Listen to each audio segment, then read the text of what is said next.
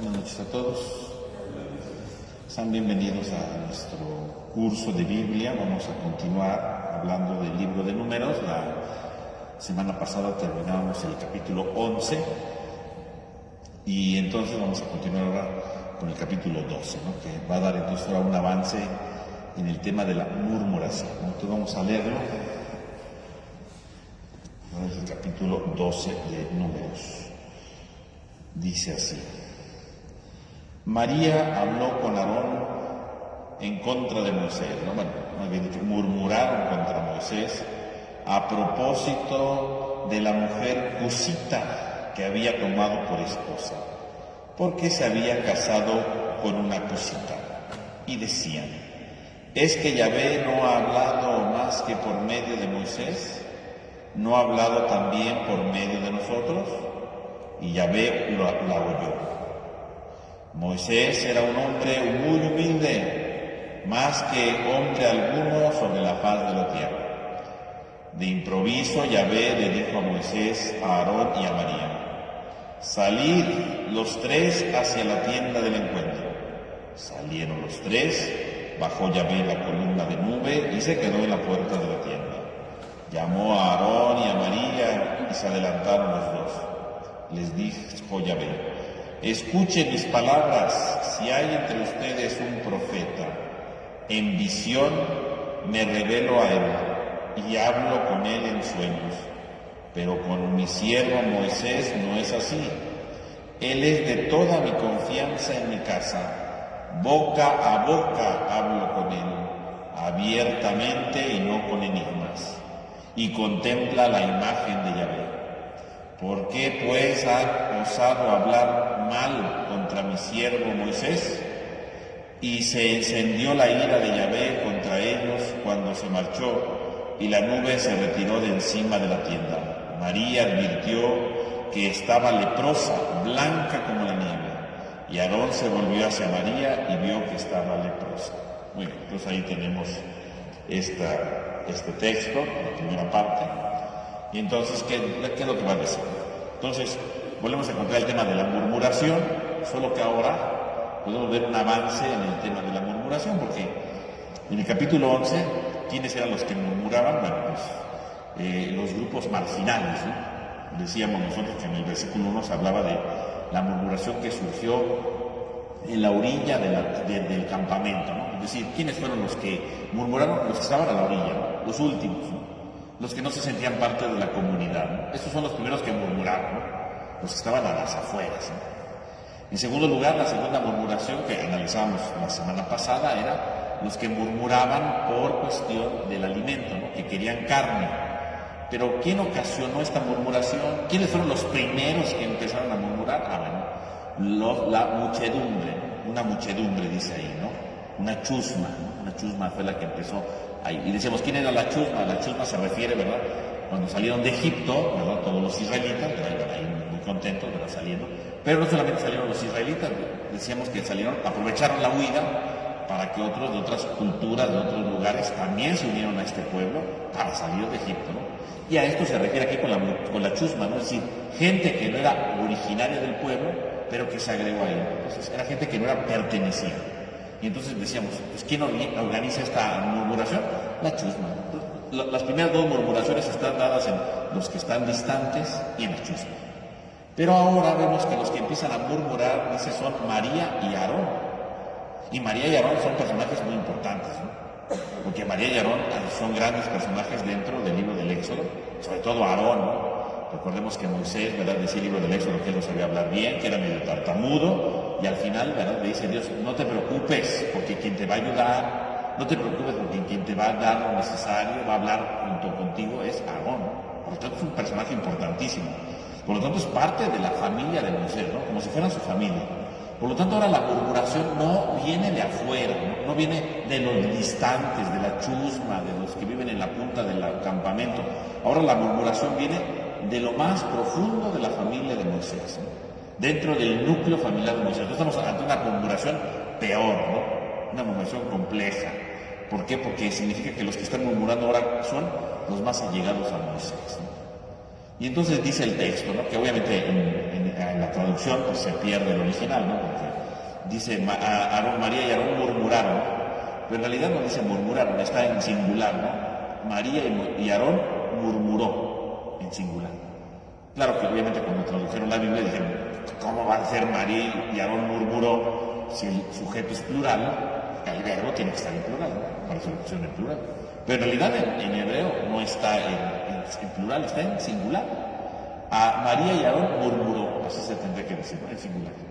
¿Y eso qué significa? ¿Por qué está en singular? Una puede ser porque a lo mejor originalmente solamente era un personaje el que había murmurado y ese era como algo que se quedó ahí. Bueno, podría ser, pero bueno, los copistas lo seguían poniendo en singular, ¿no? Y entonces se está diciendo esto más que una incoherencia, ¿verdad? Más que esto, está hablando que estos dos sujetos, Aarón y María, son uno solo, ¿no? Uno solo. No son solamente dos personajes que murmuran en contra de Moisés, son uno solo. Los dos, tanto María como Aarón, son uno solo. Los dos se han unido en un solo espíritu de crítica, ¿no? En un solo anhelo de poder. Y entonces por eso está en singular para decir, los que se unen para murmurar, ¿verdad? A estos personajes dos se unieron de tal manera que son uno solo. Su propia murmuración se convirtió en una unidad, ¿no? Una crítica unitaria, ¿no? Y entonces, ¿cuál es la razón por la que murmuran? Dice, murmuraron contra Moisés a causa de la mujer cusita que había tomado por esposa. Entonces, se supone que el problema es que Moisés tomó como esposa a una mujer cusita, ¿no? ¿Qué quiere decir cusita? ¿No? Uno diga, bueno, ¿qué quiere decir una mujer cusita? Cusita no se refiere al nombre de la mujer, ¿no? La cusita se refiere a alguien que vive en la ciudad de Cus, ¿verdad? O en la tierra de Cus, más bien dicho, ¿no? Y Cus es una ciudad de Etiopía, ¿no? Que llamamos Etiopía, ¿no? Ahí en África, ¿no? De Etiopía. Por lo tanto, una mujer cusita, pues se referiría a una mujer etíope, ¿no? Eso sería una mujer cusita, una mujer que vive en Etiopía. Y entonces aquí se han presentado algunas propuestas, ¿no? Porque dice que tomó como mujer una cusita. Si nosotros nos regresamos en el libro del Éxodo, en el capítulo 2, cuando Moisés huye, ¿verdad? Y se refugia en Madián, en el capítulo 2, dice que Moisés tomó por mujer a una madianita llamada Séfora. Y ahorita habla de una cusita. Entonces, aquí hay dos opciones. O Moisés tenía dos esposas, esta mujer cusita, y aparte Séfora, ¿verdad? La madianita. Esa sería una opción, tenía dos mujeres. Y entonces a lo mejor discutían con Moisés porque tenía dos esposas, que bueno, en realidad no había un problema, porque en ese tiempo podían tener varias esposas y no tenían ningún problema. El libro del Génesis está lleno de diferentes esposas, ¿no? El mismo Jacob, ¿verdad? Tenía varias esposas, entonces que Moisés tenga dos esposas no sería un problema, ¿no? Además no dice eso, ¿no? Que se discutieran por eso. Podría haber sido una razón, pero no está bien sustentada, ¿no? Ahora, algunos dicen que en realidad no es que Moisés tenga dos esposas, sino que tiene una nada más. Porque según el libro de Habacuc, ¿verdad? Habacuc dice, ¿verdad? Si vemos Habacuc 3, 7, ¿no? Dice él que la ciudad de Madián también se le llamaba Cusán. La ciudad de Madián se llamaba Cusán. Entonces, la cusita pues sería Séfora, la misma esposa, ¿no? Entonces, esta mujer cusita puede referirse a que tuvo una segunda esposa, puede ser. Pero también esta mujer, la cusita, podría representar que Moisés tomó, que es la misma esposa que tomó en Madián. O sea que puede ser estas dos hipótesis, ¿no? O tuvo dos esposas, o se refiere a la misma esposa, ¿no? O sea, ahí no hay ninguna dificultad. Y si tuvo dos esposas no pasa nada en aquel tiempo, ¿no? Tenían varias mujeres, pero bueno. Entonces ahí tenemos estas dos ideas, ¿no? Y entonces se empiezan a discutir por la mujer cusita, que en realidad, como decimos, nunca dice el texto cuál es la razón. Dice, contra Moisés a causa de la mujer cusita que había tomado por esposa, por haberse casado con una cusita. O sea, la queja se supone que es porque se casó con esta mujer. Pero, ¿en dónde está la crítica, no? Porque era una segunda esposa, porque no les gustó que se casara. No dice, nada más dice que discutieron eso.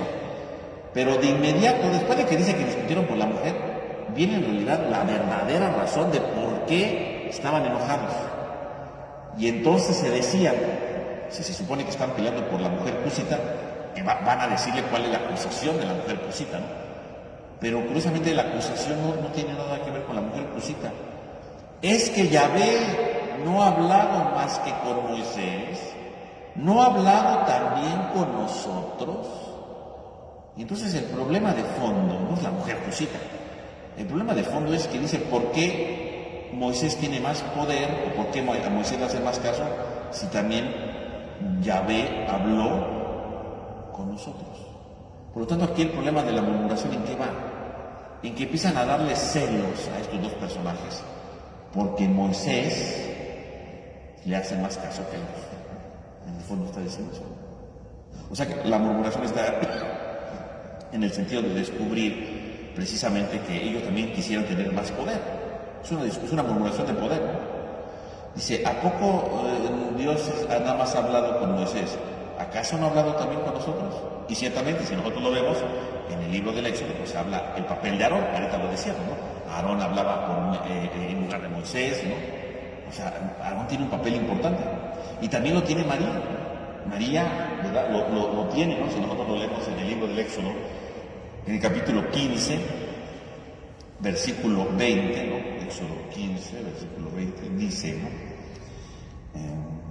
Dice, María, es esta María a la que se está refiriendo, María la profetisa. Fíjense cómo el libro del Éxodo la llama la profetisa, hermana de Aarón, ahí está, ¿no? Hermana de Aarón, tomó en sus manos un tamboril y todas las mujeres la seguían con tamborines y danzando.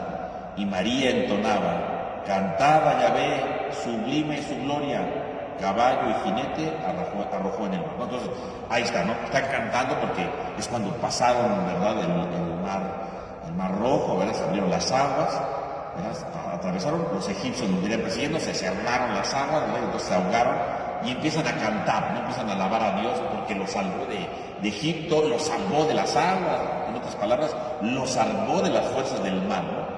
Y en medio de los cánticos aparece aquí María, ¿verdad? Tocando el tamboril, danzando, las mujeres danzan con ella, tocan tamboriles, ¿verdad? Para cantar la alegría de Dios. Y entonces aquí María tiene un papel importante, ¿no? Incluso el libro del Éxodo la llama la profetisa. O sea, la llama la profetisa. Entonces quiere decir que esta mujer tiene un valor dentro de la comunidad. No es cualquier mujer. No es una mujer que se puso ya a cantar de alegría nada más, no. Cantó de alegría, sí, pero porque era profetisa. El libro del Éxodo la está reconociendo como la profetisa. Entonces no lo podemos pasar de alto, ¿no? Tiene este papel. Entonces, fíjese, quiere decir que estos dos personajes, Aarón, que bueno, ha tenido un papel importante a lo largo del texto, ¿no? Del Éxodo, ¿no? Que es el gran compañero de Moisés, el gran hermano de Moisés que estaba junto con él, que lo va acompañando, que va hablando por él delante del faraón. Aarón es un personaje fundamental. Y María, aunque no aparece mucho, pero aquí en el capítulo 15 la presenta como la profetisa.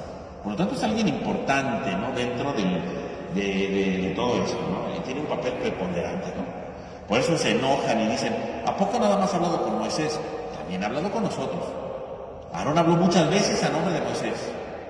Yo soy profetisa, he hablado y he alabado a Dios. ¿Por qué nada más Moisés se merece todo el crédito, ¿no? En el fondo es esto, ¿no? Ese es el problema, ¿no? En el fondo es la realidad. Y entonces quiere decir que aquí hay una pelea entre Moisés contra Aarón y María, que son los grandes personajes, que incluso el libro de Miqueas también, ¿no? El libro de Miqueas lo dice en el capítulo 6, ¿no? Salieron de Egipto Moisés, Aarón y María, delante de ti, Iván.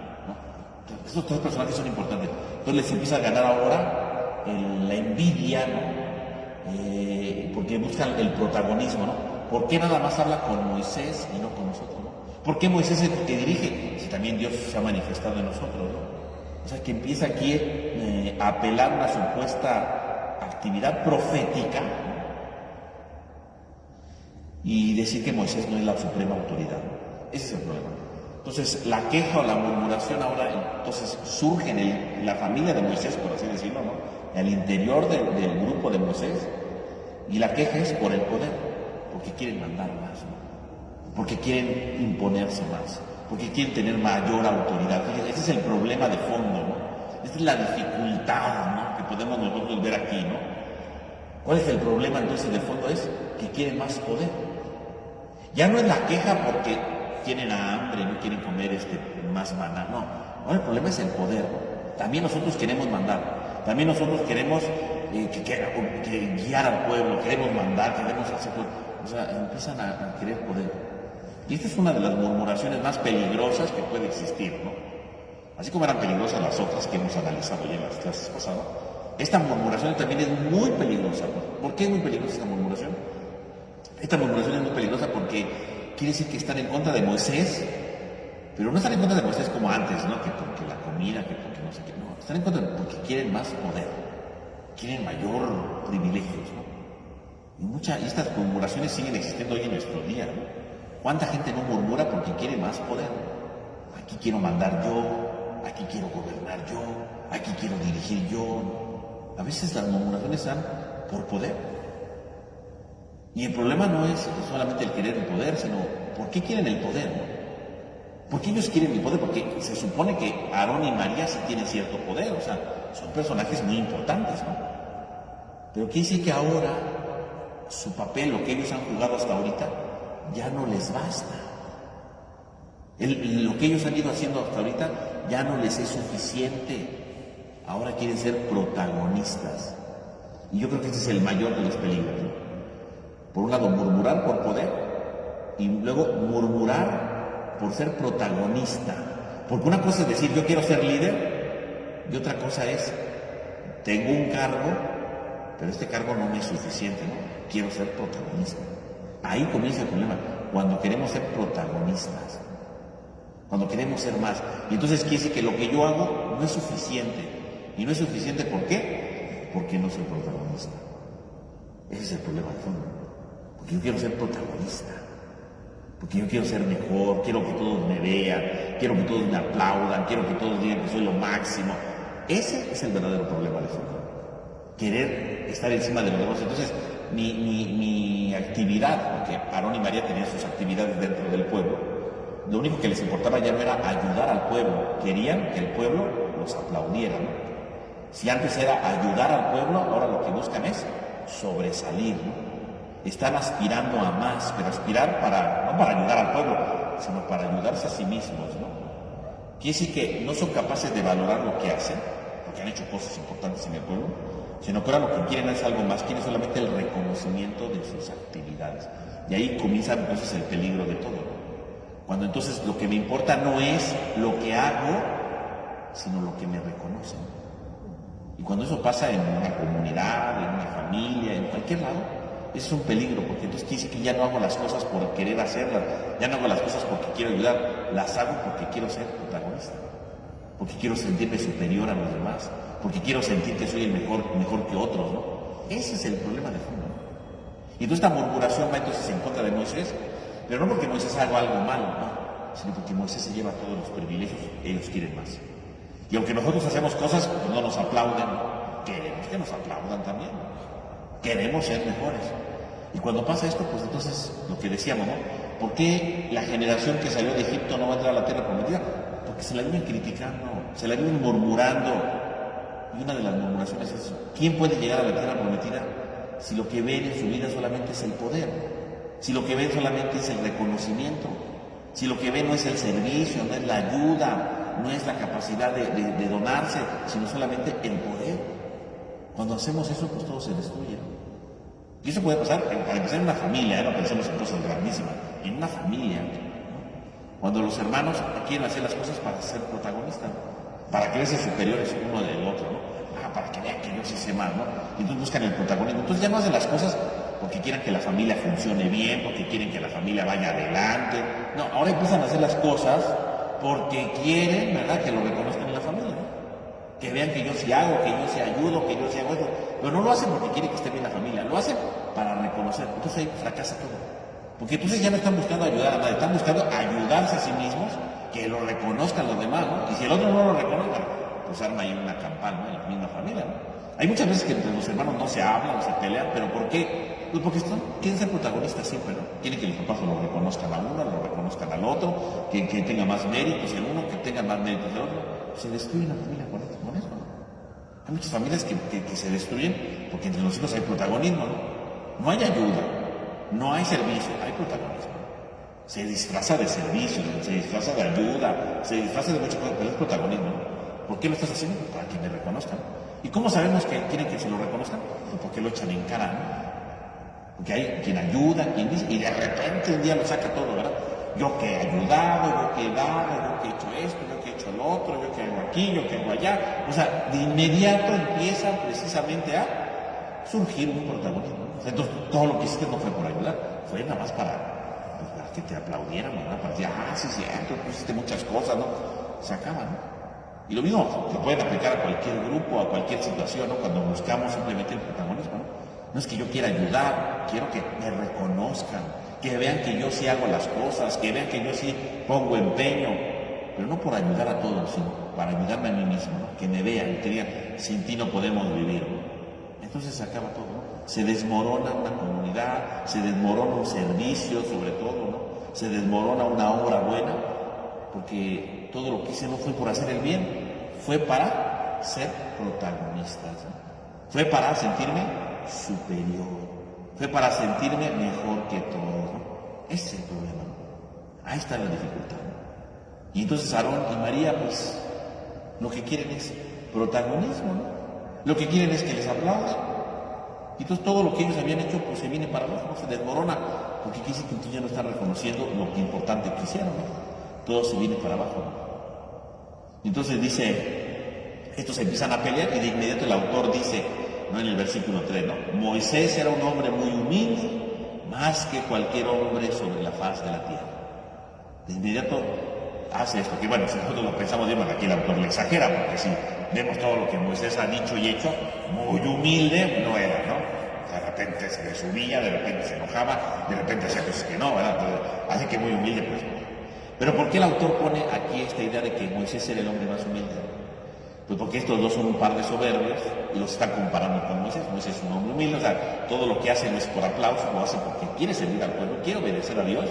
En cambio estos dos lo que están buscando es el privilegio. Entonces, aunque ciertamente no concuerda la descripción de Moisés ahí, porque Moisés no es así, más bien el autor lo que quiere es compararlo, ¿no? Mientras que Moisés en realidad lo hace todo por servir, estos lo hacen por ser protagonista, ¿no? Hay una ambición de celo, de ambición delante de Moisés que sí es humilde, ¿no? Más bien trata como de compararlo, ¿no? Ahora bien, aquí podremos ver otra cosa más, ¿no? Recordemos que a veces los textos bíblicos, por un lado, nos van narrando todo un proyecto teológico, como lo hemos visto, ¿no?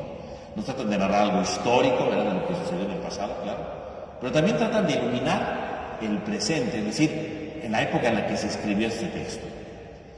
Y pareciera que aquí, ¿verdad?, en este conflicto entre Aarón y María, ¿verdad?, contra Moisés, hay otro conflicto de fondo en la época que se escribió.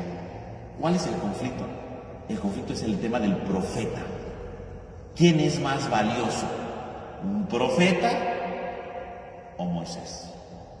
Ese podría ser un conflicto que tal vez está detrás de este relato, ¿no?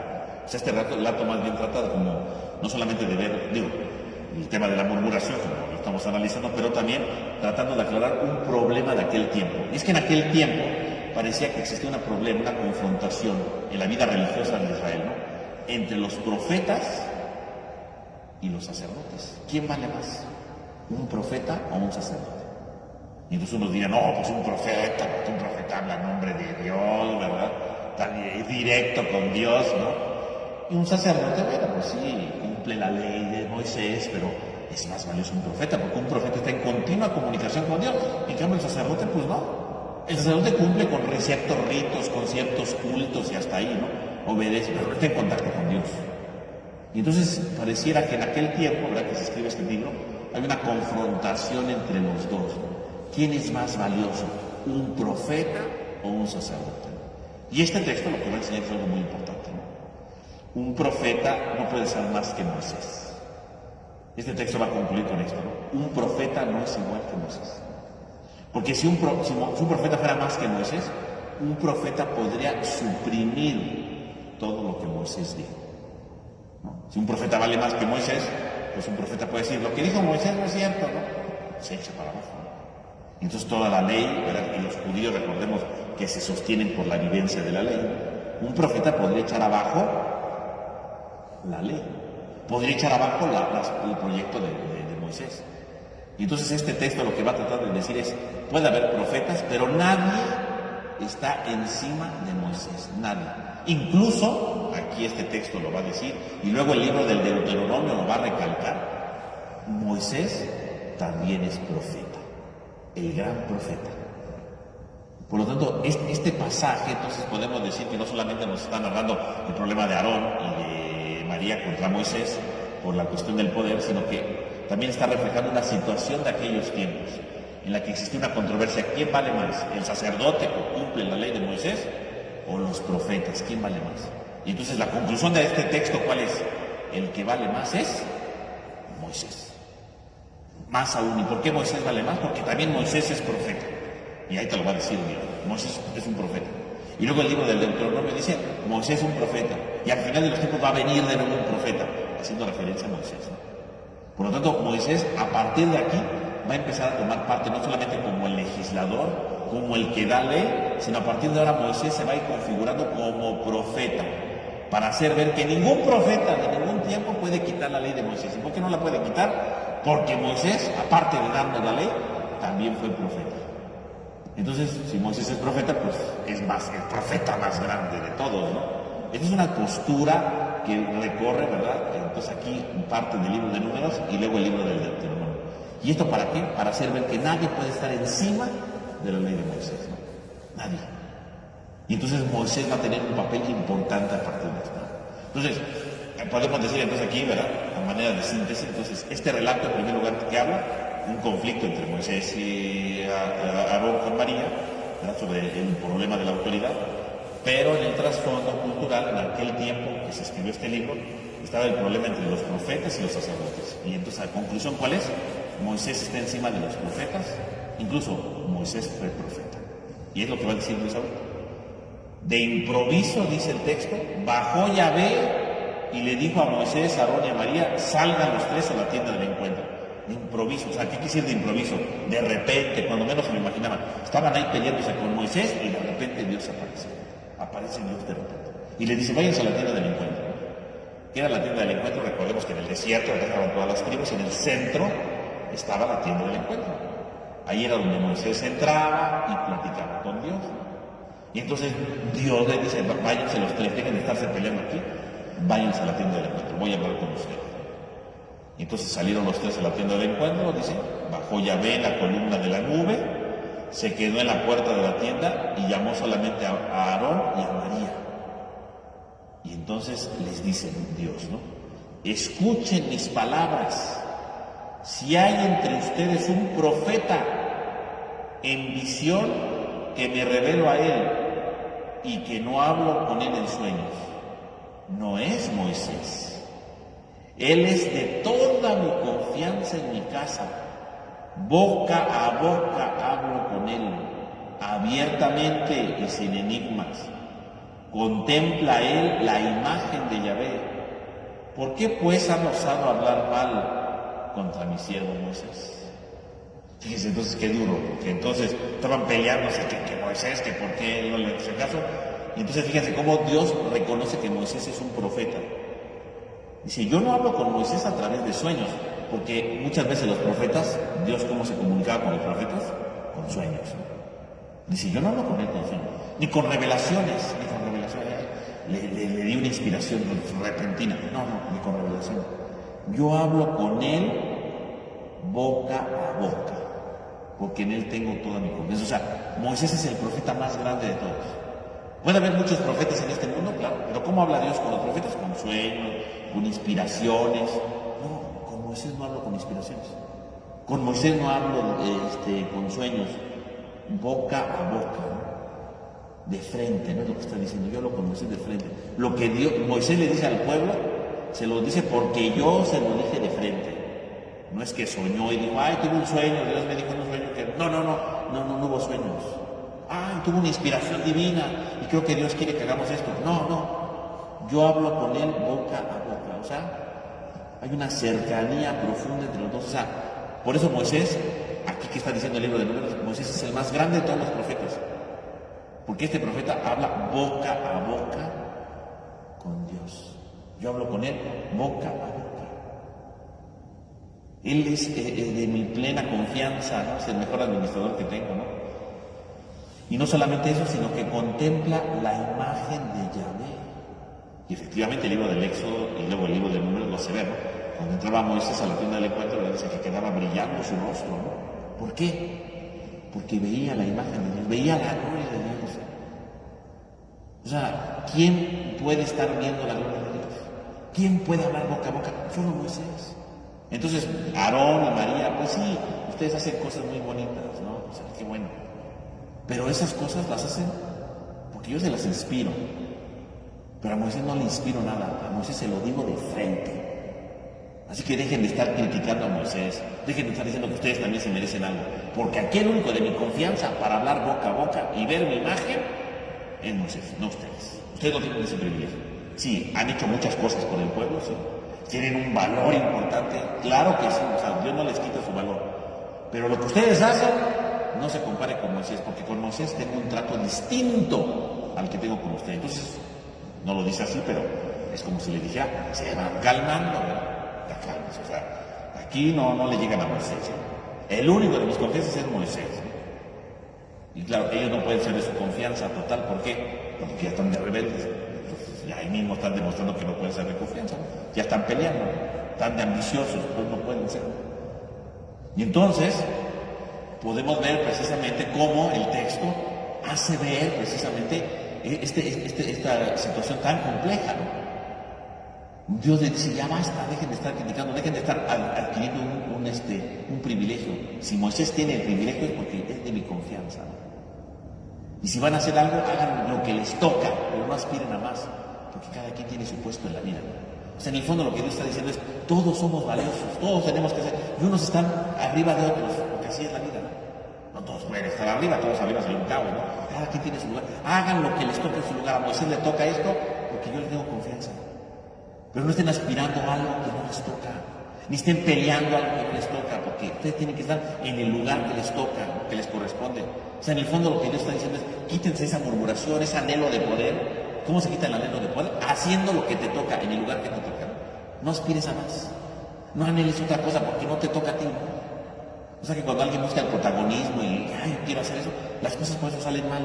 Porque las hago no por amor, no por servicio, no porque quiera ayudar. Las hago porque estoy, ¿verdad?, creyéndome superior a los demás. Y las cosas ya no funcionan. A veces hay cosas que van funcionando muy bien, pero de repente alguien se enoja y dice que yo quiero ser el que manda, yo quiero ser el que... Y empieza a pelearse y se echa a perder todo. Pero antes iba todo bien, pues sí, antes iba todo bien porque todo el mundo hacía lo que le tocaba. Todo el mundo hacía lo que le correspondía. Pero el día que tú empezaste a quererte superior, a tener rivalidad, ese día empiezan a salir mal las cosas. Siempre salen mal las cosas, ¿no? Porque yo quiero tener protagonismo. ¿Usted por qué le dice si aquí el que manda soy yo? Ya se acabó, ya, protagonismo. Es que quería que me ayudara. No, él no puede ayudar si yo no le doy permiso. Pues ya se echó a perder el asunto, ¿no? Porque como yo quiero tener el protagonismo, como yo soy el que quiero mandar, como soy yo el que quiero dirigir, ¿verdad? Porque, yo soy aquí el que manda, ¿verdad? Entonces, antes de decirle a los demás, díganme a mí, porque yo soy el que manda. O sea, entonces, ¿qué es lo que quieres? Ayudar, ¿verdad? Tú eres el líder, tú eres el coordinador, tú eres el guía, para ayudar a los demás o para tener un privilegio. Y hay cosas que se echan a perder, ¿no? Como a mí no me dijeron, pues nadie hace nada. Pues ya se echó a perder. ¿Pero por qué se echó a perder? Es que se echó a perder no por mi culpa, sino es que como no me reconocieron mi lugar, pues se echó a perder. No, se echó a perder porque buscó protagonismo. Porque no es que pidieron algo grave, ¿no? Es algo sencillo, se perdió el protagonismo. Es que no estabas. Pues me hubieran ido a buscar. Protagonismo, ¿no? Las cosas se echan a perder cuando dejamos de hacer las cosas por cariño, por amor, por servicio y queremos el protagonismo. Que todo me lo digan, que aquí se haga la cosa. Yo quiero más. Se echa a perder. ¿Quieren echar a perder una comunidad? Créanse los superiores. Empiecen de rivales con la otra persona. Empiezan a querer que todo pase por ustedes y les aseguro que todo se echa a perder. Es la mejor manera. Por eso Dios no quiere que se eche a perder nada y le dice, aquí el único de mi confianza es Moisés. O sea, sí, que estén quietos, hagan lo que les toca. No estén aspirando a otra cosa que no les toca, ¿no? Si algún día van a ocupar el lugar de Moisés, bueno, pues yo se los aviso. Ahorita no. Fíjense cómo el anhelo de poder puede destruir tantas cosas, ¿eh? Puede destruir confianza, puede destruir comunidades, puede destruir proyectos. Hay muchas cosas que se destruyen por meras rivalidades, ¿eh? Por meras rivalidades. Y entonces, dice el texto, ¿no? En el versículo, ¿qué es? No, ese no es. Capítulo 12. versículo 9, ¿no? Dice, y se encendió la ira de Yahvé contra ellos cuando se marchó. O sea, Dios se marcha, no desaparece. Y la nube se retiró de encima de la tienda. Y entonces María advirtió que estaba leprosa, blanca como la nieve. Y Aarón se volvió hacia María y vio que estaba leprosa. Y dijo Aarón a Moisés, perdón, Señor mío, no cargue sobre nosotros el pecado que neciamente hemos cometido. Por favor, que no sea ella como quien nace muerto en el seno de su madre, con la carne consumida. Moisés clamó a Yahvé diciéndole, oh Dios, cúrala por favor. Yahvé respondió a Moisés, si tu padre le hubiera escupido al rostro, ¿no tendría que pasar 7 días de vergüenza? Que quede 7 días fuera del campamento y luego sea admitida otra vez. María quedó 7 días excluida del campamento, pero el pueblo no partió hasta que ella se reintegró. Después el pueblo se marchó a Hazerot y acamparon en el desierto de Parán. Entonces Dios se va y en ese momento dice que María quedó llena de lepra. Dice blanca como la nieve, una lepra blanca. ¿Qué significa eso? Significa que María es castigada severamente. Aarón no, curiosamente, sino María. Porque ciertamente pareciera que María es la que tuvo el protagonismo en esta historia, ¿no? Y entonces se pone leprosa. ¿Qué quiere decir que se ponga leprosa? Primero que nada, ¿no? Ser leprosa, recordemos que la lepra es una enfermedad terrible, ¿no? Que te excluye totalmente, ¿no? Pero aquí es muy curioso el color, ¿no? Blanca como la nieve. Si pensamos bien, ¿por qué empezó todo el problema? Porque Moisés había casado con una cusita, ¿no? Que decimos que una cusita sería una persona de Etiopía, por lo tanto su piel sería morena, negra, ¿no? Más o menos, ¿no? Y ahora ella queda blanca. O sea, el problema empezó con una diferencia, dirían algo, racial, ¿no? Ella es más negra que nosotros, ¿no? Es una diferencia racial. Bueno, pues si vamos a diferencias raciales, vamos a segregar cosas por las razas. Pues la primera que va a quedar excluida es María. ¿Tú la criticabas porque era cusita? ¿Tú la criticabas porque era de piel negra, morena? Pues ahí te va, tu piel va a ser blanca. Lo contrario, ¿no? Ella es negra, tú eres blanca. Y entonces si tú te haces blanca, quiere decir que ahora tú eres la que queda segregada, ¿no? Tú estabas criticando a la mujer porque era cusita, bueno, pues ahora tú estás leprosa. Y el leproso no solamente queda señalado, queda segregado. Un leproso parece que tenía que salir de la comunidad y ya no podía vivir con la comunidad. Estaba como si estuviera muerta, ¿no? Por lo tanto, en el fondo, esta idea de volverse leprosa, ¿qué es lo que está diciendo?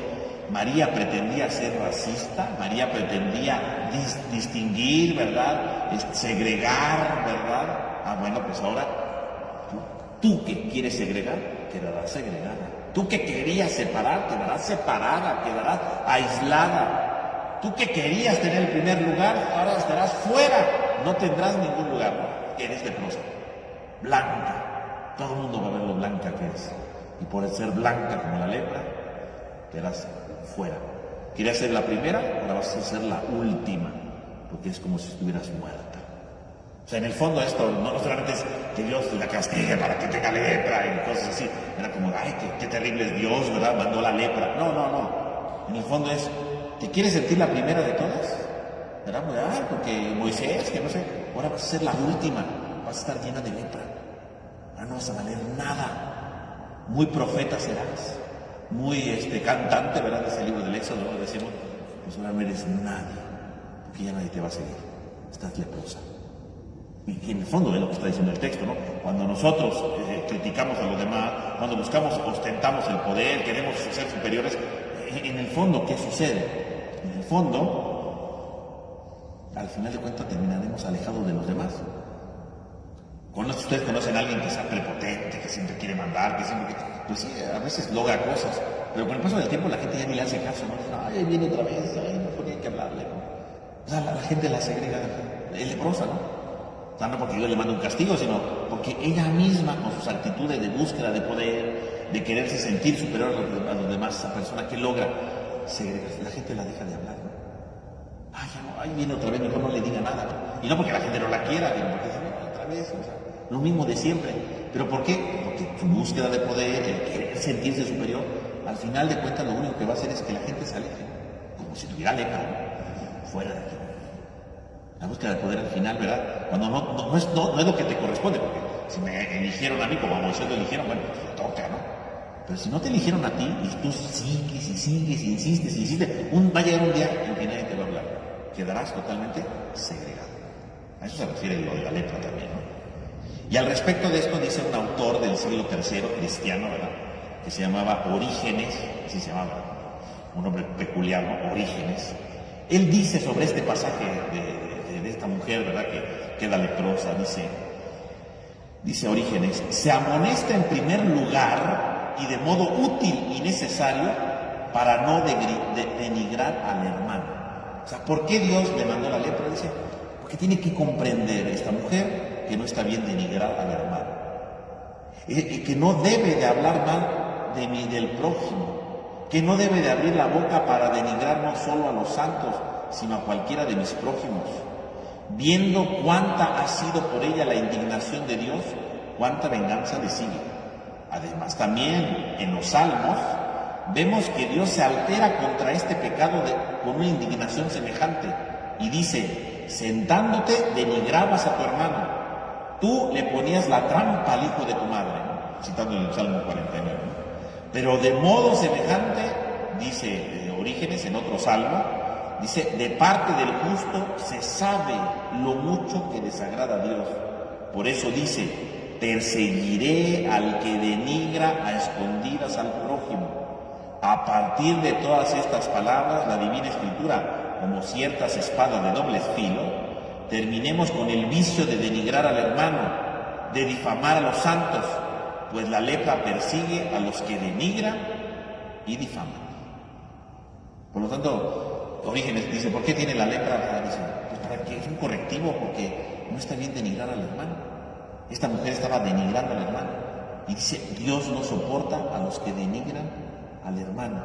Al que denigra le persigue la lepra. Al que se siente superior de los demás, este no vale, este no, le persigue la lepra, porque al final, como decimos ahorita, será rechazado. A Dios no le gusta a la gente que denigra al prójimo. A los santos y al prójimo, ¿no? Porque hay quien denigra a los santos, como Moisés, que es santo, ¿no? Pero denigra a cualquiera. Nadie tiene por qué estar denigrando a los demás. No fuimos creados para denigrar a los demás. Por lo tanto, esto de la lepra, entonces tenemos que verlo, no como un mero castigo, ¿no? Porque a veces nada más se, ay, Dios castigó a la pobre de María, qué cruel es Dios. No. La lepra, decimos, ella misma provocó esta lepra porque ella quedó alejada de los demás. Cuando tú ocupas un puesto que no te toca, al final nadie te soporta y nadie te va a tomar en cuenta. Y por otro lado, dice Orígenes, ¿no? Esta palabra sabia, Dios no quiere que denigres a nadie. La lepra llega cuando denigras a los demás. Entonces, no debemos denigrar a los demás. Cuando Aarón se da cuenta de esto, ¿verdad? Dice, ay, perdón, Señor mío. Le habla a Moisés. Cuando dice Señor mío, no le habla a Dios, le habla a Moisés, ¿no? Perdón, Señor mío, no cargues sobre nosotros el pecado que tan neciamente hemos cometido. De inmediato le pide perdón a Moisés, ¿no? Perdónanos, ¿no? Cúrala, por favor. Aarón de inmediato le pide que lo cure. Y esto es muy importante, porque si ustedes se dan cuenta, ¿qué es lo que está pidiendo Aarón? Uno, el problema, ¿por qué empezó? Porque querían sentirse superiores a Moisés, ¿no? Moisés no vale, nosotros sí valemos, ¿no? Nosotros queremos valer más, queremos tener protagonismo. En este momento Aarón se da cuenta que el único que puede curar a María no son ellos. Ellos querían ser protagonistas, querían sentirse superiores a Moisés. Pero si María tiene lepra, Aarón se da cuenta que él no puede curarla. Y María menos. El único que tiene la posibilidad de pedirle a Dios que cure a María es Moisés. Así que en primer lugar cae la humildad primero. Reconoce, tú eres el único que le puedes decir a Dios. Cúrala, o sea, dile a Dios, o sea, le reconoce de nuevo su lugar. Queríamos ponernos encima de ti, noticias. No podemos. El único que puede hablar cara a cara con Dios eres tú. Dile que la cure. Entonces, quiere decir que por un lado, la lepra que provoca que Aarón y María caigan en la cuenta que efectivamente ellos no son protagonistas. No les toca hacer nada. Y si quieren sentirse superiores, lepra. El único que puede hacer las cosas, ¿quién es? Moisés. Dile que la cures, tú eres el único. Le regresa el lugar a Moisés. Y en segundo lugar, la reconciliación, ¿no? Porque le piden perdón, ¿no? Perdón, Señor mío, el perdón, la reconciliación. Lo que se necesita, ¿verdad?, cuando uno reconoce sus fallas es reconciliarse y darle el lugar que se corresponde. Cuando no damos el lugar que corresponde y no reconciliamos, pues se convierte en eso, ¿no? Nos quedamos con nuestras propias lepras, ¿no?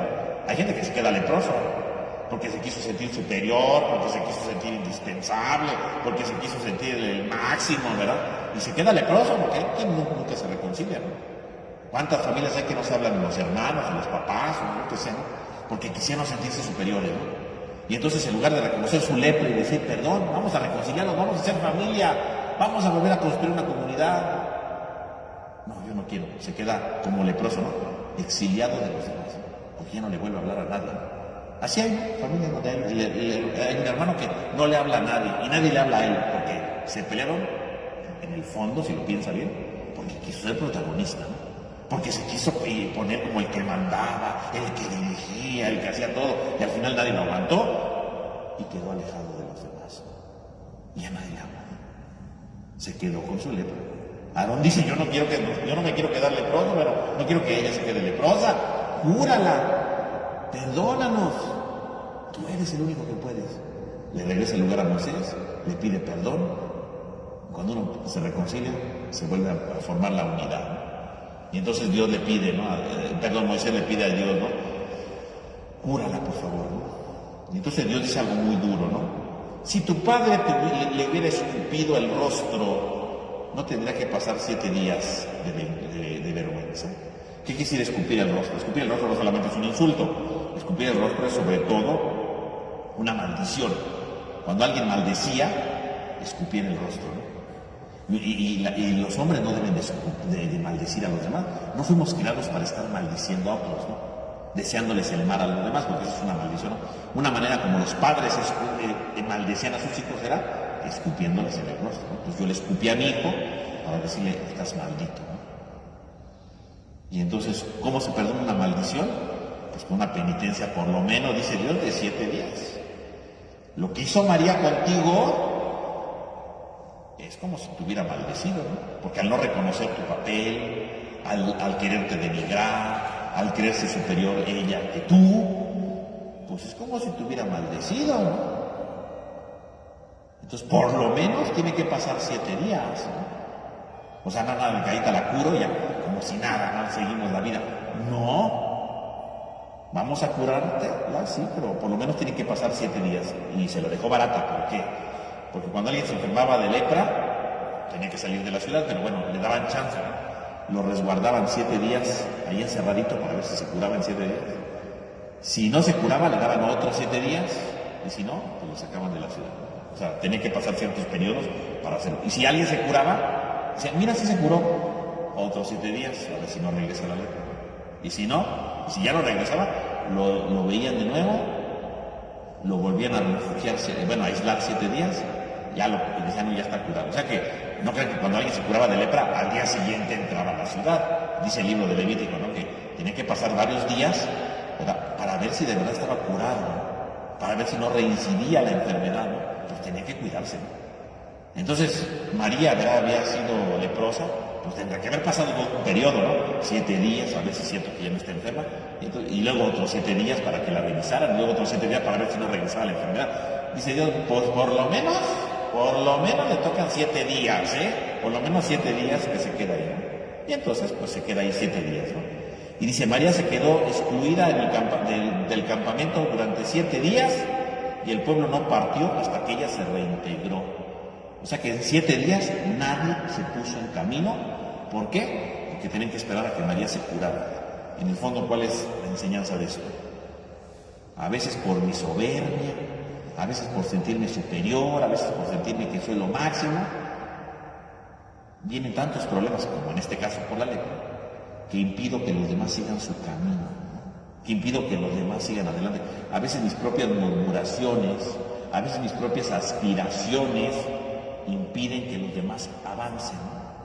La envidia que yo tenga de los demás puede entorpecer el camino de los demás. Eso es lo que está diciendo aquí, ¿no? Nadie avanzó hasta que se recuperó. O sea, pues tuvimos que estarla esperando, ¿verdad? Y nadie avanzó. 7 días ahí parados, sin hacer nada, porque la señora se le ocurre estar de cizañosa, ¿no? Porque a la señora se le ocurre estar ahí de destructora. Entonces, ¿qué dice Dios? Bueno, pues perdón, pero pues, ni modo. O sea, date cuenta, tus envidias, tus quejas, tus murmuraciones a veces pueden impedir que otros sigan adelante. No dejas avanzar. O sea, entonces, tus quejas te pueden dejar leproso, te pueden excluir. Y a veces tus propias quejas no solamente te aíslan, tus propias quejas a veces tus propias quejas hacen ¿qué? Entorpezcas el camino de los demás, ¿no? Y bueno, ahí termina, ¿verdad? Pasan los 7 días y entonces siguen adelante para seguir su caminar por el desierto, ¿no? Muy bien. Entonces, pues aquí terminaría el capítulo 12 del libro de Números. Bueno, con esto concluiremos nuestra clase. ¿Alguna duda, pregunta? ¿No? Muy bien. Entonces vamos a terminar con una oración. En el nombre del Padre, del Hijo y del Espíritu Santo. Amén. Amén. Te damos gracias, Señor, porque nos permite reunirnos en esta noche. Te pedimos para que nos ayudes a no murmurar, a no aspirar cosas que no nos corresponden, sino hacer lo que nos corresponde con cariño, con responsabilidad, a fin de construir una verdadera comunión de amor con aquellos que nos rodean. Te lo pedimos a ti que vives y reinas por los siglos de los siglos. Amén.